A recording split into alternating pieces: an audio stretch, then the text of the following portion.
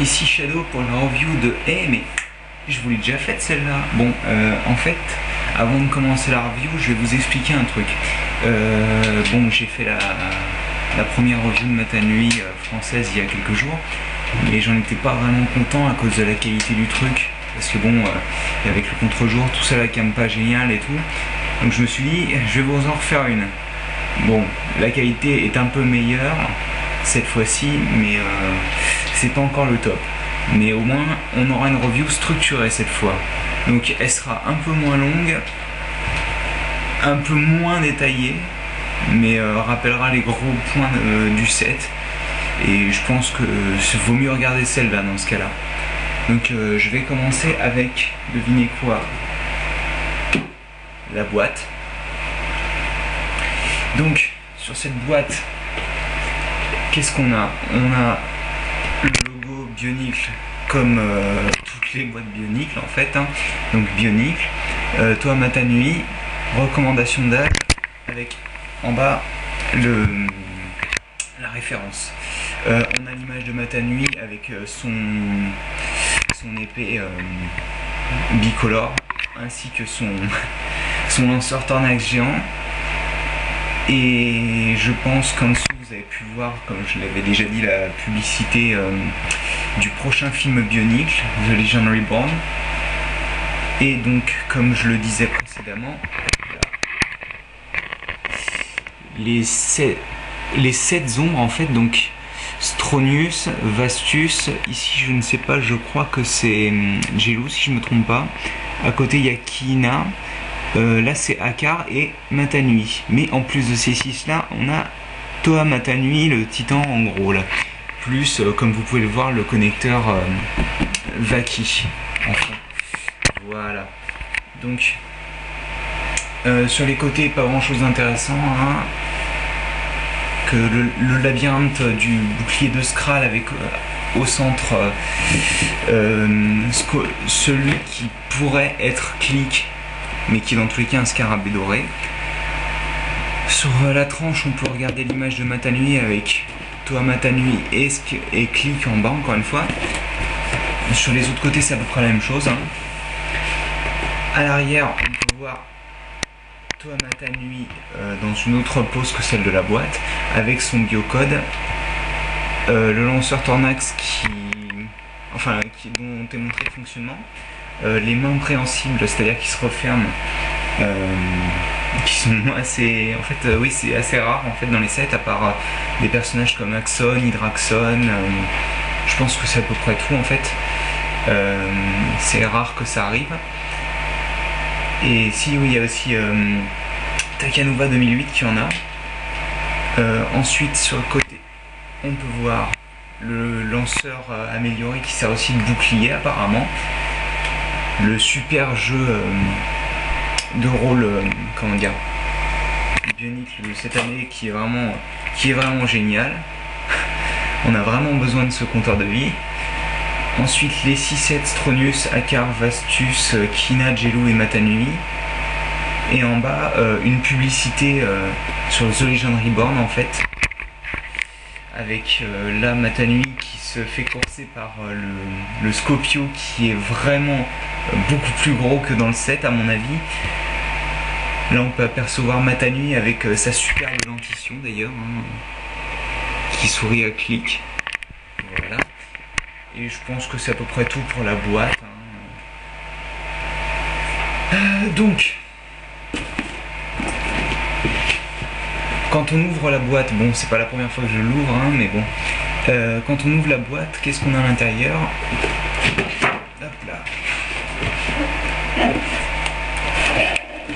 Et je vais pas tout vous montrer tout de suite. Hein. Tout d'abord, le premier modèle et le second modèle. Dans le premier, on construit le corps, une jambe et la partie d'une autre. Ensuite, dans le second modèle, on construit la fin de l'autre jambe, plus les bras et les armes. Je vais vous montrer. Alors,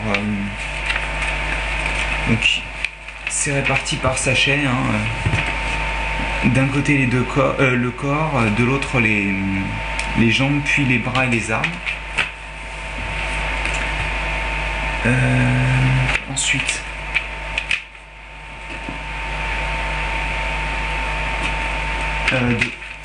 mince, voilà. Je voulais montrer quand même la publicité Glatorian Legends qui a quand même pas mal la classe, hein. Hop là. Avec donc les 6 sets que j'ai déjà cités tout à l'heure.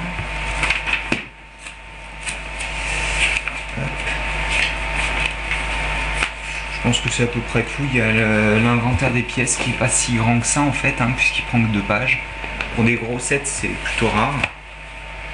Donc voilà. À l'arrière de l'un, vous avez la pub Lego pour avoir des sets. Et à l'arrière de l'autre, la pub pour le DVD. D'ailleurs, je sais pas si vous avez vu, mais on peut apercevoir à l'arrière de la boîte du DVD un Skral qui regarde Mata Nui méchamment. Hein. Donc, ensuite, qu'est-ce que contient cette jolie petite boîte? Vous pouvez apercevoir le grand dadais qui est déjà construit dans la boîte, mais je vous garde ça pour après. Premier sachet contenant le corps et le masque entre autres. Hein.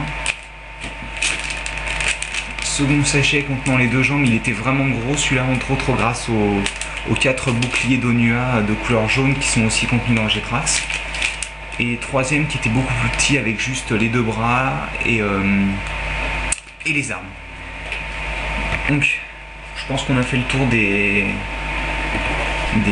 accessoires, du contenu pour maintenant montrer quand même ce qui nous intéresse, c'est-à-dire Toa Mata Nui. Hop là, voilà. Donc je vais vous montrer ça dans toute sa splendeur. J'ai aussi choisi de refaire cette review parce qu'il y a certaines choses que j'ai dites et sur lesquelles je ne suis plus totalement d'accord en fait. Alors j'espère que c'est assez... 2 secondes, je vais... Hop là. Tant qu'à faire, pour garder un fond correct. Ouais, bon, c'est pas parfait, mais ça devra aller, je crois. Hein. Attendez. Voilà. Oui, voilà, j'étais pas trop d'accord au final avec ce que j'ai dit moi-même lors des précédentes reviews. Et d'ailleurs, si certains ont pu le remarquer, cette partie-là de la jambe était mal placée. Je l'avais mal remise en fait, une fois que je vous avais montré les boucliers d'Onua. Bon, donc voici Mata Nui sans armes. Hein.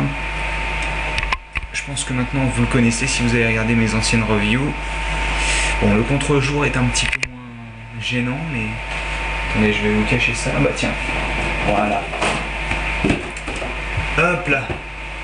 La boîte de Mata Nui fera obstacle. Donc, voici Mata Nui sans ses armes. Plutôt impressionnant, n'est-ce pas? Et je vais écarter la caméra pour que vous puissiez le voir entièrement. Voilà.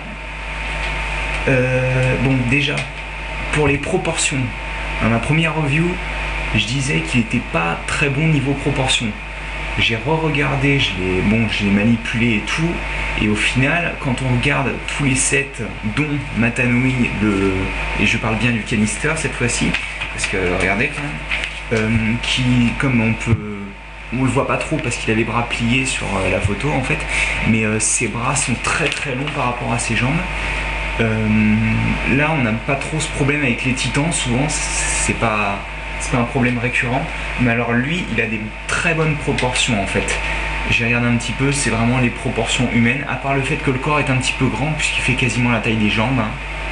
Mais sinon la tête, certains diront que la tête est un peu trop haute et un peu trop petite. Je pense que la tête mériterait d'être un semi-tenon plus bas pour rendre mieux. Mais sinon, il n'y a pas de souci, il y a des bonnes proportions et tout, il n'y a vraiment pas de problème. Bon, on va passer à la construction parce que je pense que c'est important. Tout d'abord, on construit le corps.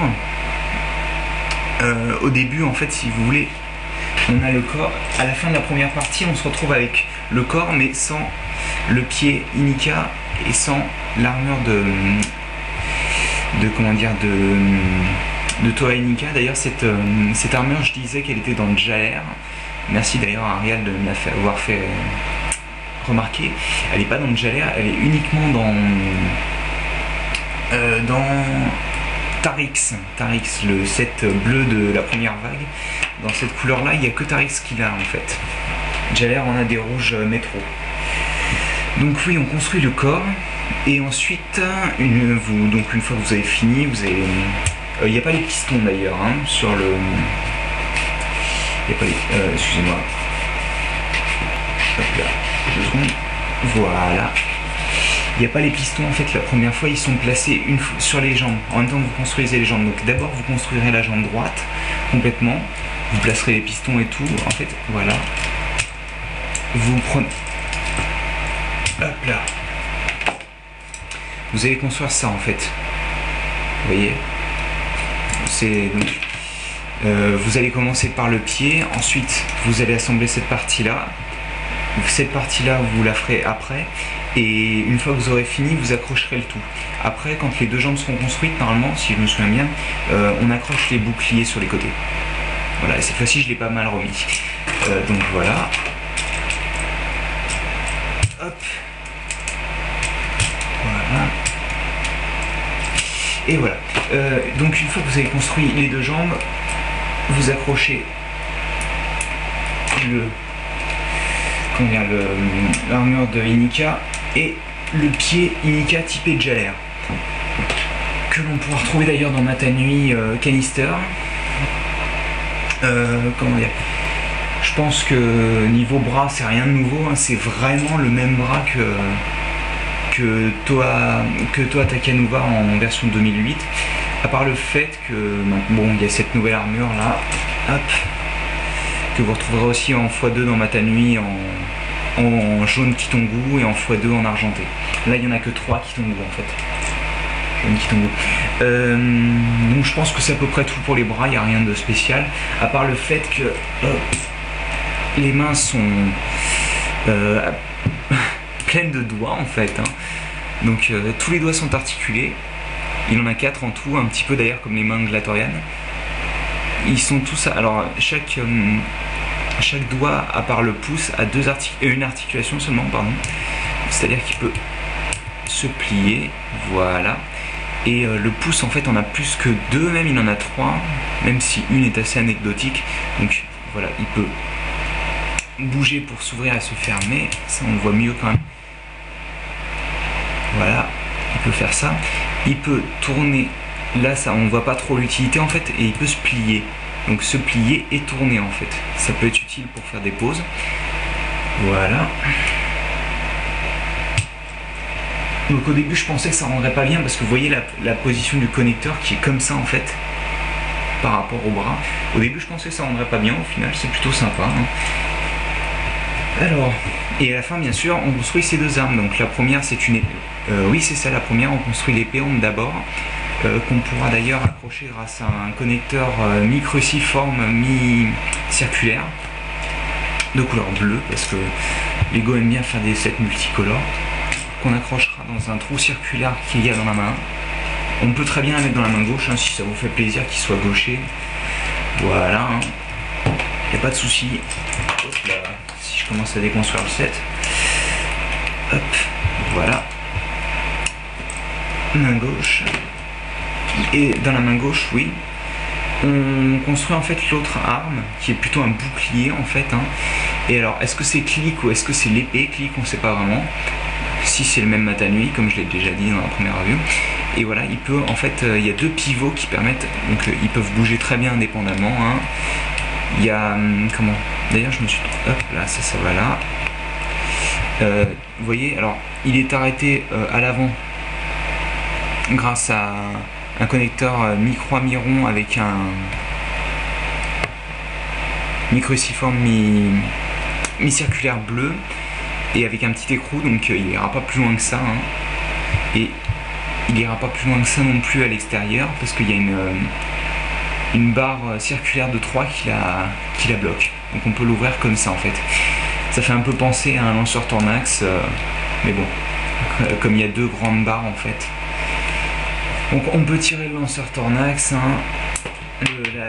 la balle spiky comme diraient les Français. Moi je trouve ça moche, mais bon, c'est la balle Tornax, hein, c'est un fruit d'ailleurs.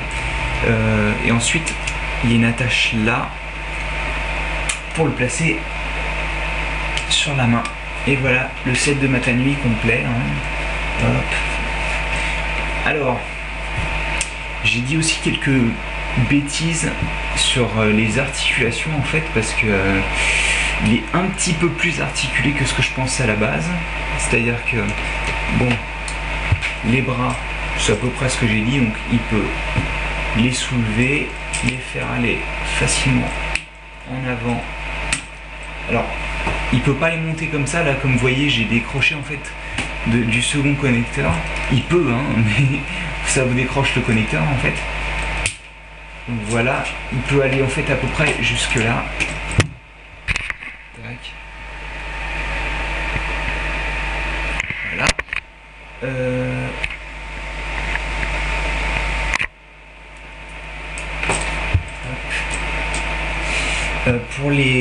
Pour la tête, bon, c'est un ball joint qui peut bouger dans tous les sens, il n'y a pas de souci. Voilà, c'est pour les jambes en fait. Je voulais revenir sur les jambes. Je vais ça sur les jambes. Voilà. J'ai dit une petite bêtise dans la review, c'est-à-dire que je pensais que sur les côtés, ça bloque. Vous voyez, il peut pas vraiment aller très loin. En fait, il y a un moyen pas super esthétique, mais qui fonctionne, de mettre la jambe sur le côté pour lui faire comme un grand écart en fait. Donc, on tourne la jambe pendant qu'on la fait monter, et on peut la faire monter jusque là en fait. Donc c'est un peu plus haut, mais c'est pas super esthétique. On a vraiment l'impression qu'il prend une pose bizarre. Bon, pour les jambes, comme j'ai déjà dit, il peut aller à 90 degrés en avant et à peu près 90 degrés en arrière aussi, hein, il n'y a pas de souci. Les genoux, c'est pas génial, mais c'est pas mal non plus. Il peut faire ça. Le problème, c'est qu'il a le pied bloqué en fait, quand il est comme ça. Donc si vous voulez mettre le pied droit par rapport à la jambe, c'est pas... Enfin, l'articulation des pieds dépend de l'articulation du genou, donc c'est un peu embêtant. Le pied, lui, justement, quand il est droit, il peut aller en arrière, en avant. Hop là. Et sur les côtés. Donc ça, il n'y a pas de souci, vous pouvez poser. Hein. Et moi, ce que je pense, en fait, qui manque vraiment à ce set, comme à pas mal d'autres sets, en fait, c'est une articulation au torse. Parce qu'il n'en a pas. Alors, il n'y en a pas beaucoup qui en ont, en fait. Hein. Il y a juste Maxillos, et c'est tout, je crois. Je pense bien qu'il n'y a que lui qui en a. Et c'est dommage parce que c'est une bonne articulation qui peut être utile. Hein. Enfin, je vais vous montrer quelques poses quand même.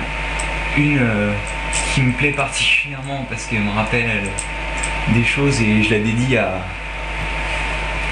un ami qui se reconnaîtra, je pense.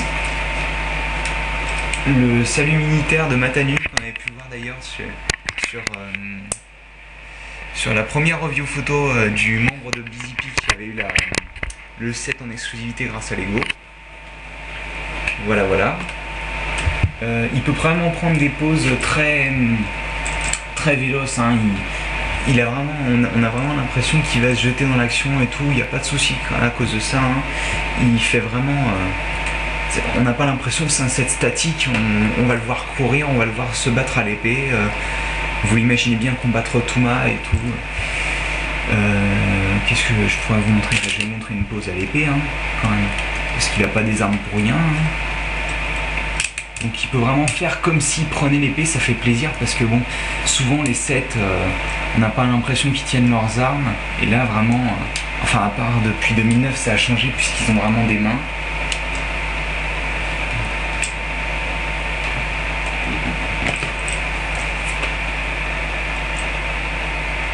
Voilà.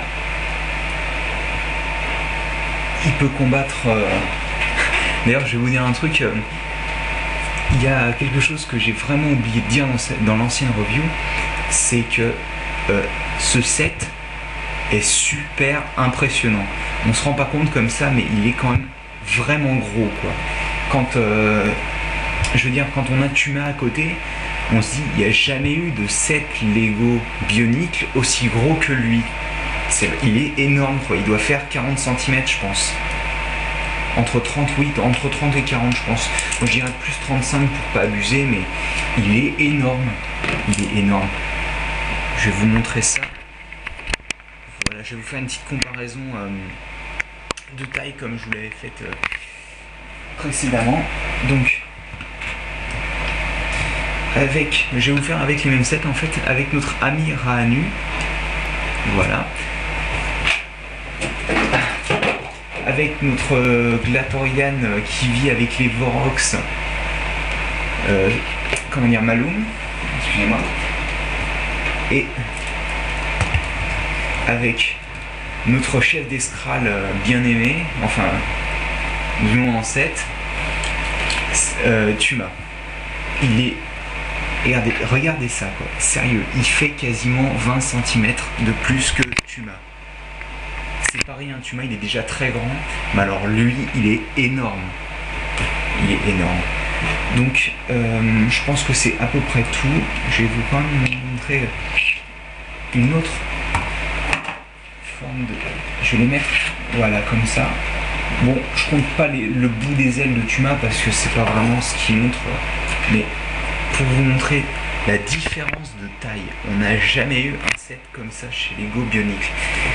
Cardass est peut-être aussi gros que Matanui, je sais pas trop, j'ai jamais construit donc je pourrais pas vous dire, mais il est vraiment énorme. Il est vraiment énorme.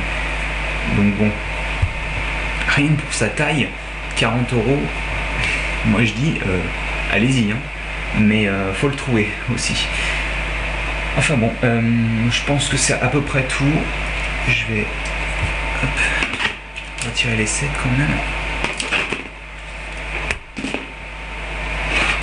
Et je vais vous montrer, bon j'ai encore pas ramené le Inika argenté, désolé, mais je vais vous le montrer de près, le Inika doré en fait. Il est vraiment magnifique, hein. Il fait vraiment penser, vous savez, à celui qu'on voyait dans la publicité de 2007 où le Inika tombe dans la mer de Marinui comme ça et cool, et en fait on le voyait avec les reflets dorés comme ça. C'est vraiment pas mal, on peut faire des scènes et tout grâce à ça.